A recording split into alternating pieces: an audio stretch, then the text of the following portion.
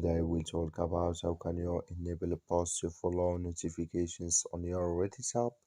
We're going to figure out the solution or know how you can do that on your app. So all you have to do, you just go up of this photo, click on it here. So when you click on it, it's going to show for you a list like this. Then all you have to do now, so you just go down here, click here on settings. When you click on settings here, it's going to take you to this list. Then all you have to do now, you just click here on account settings. So then it's going to take you to this list here. Then you click here on manage notifications.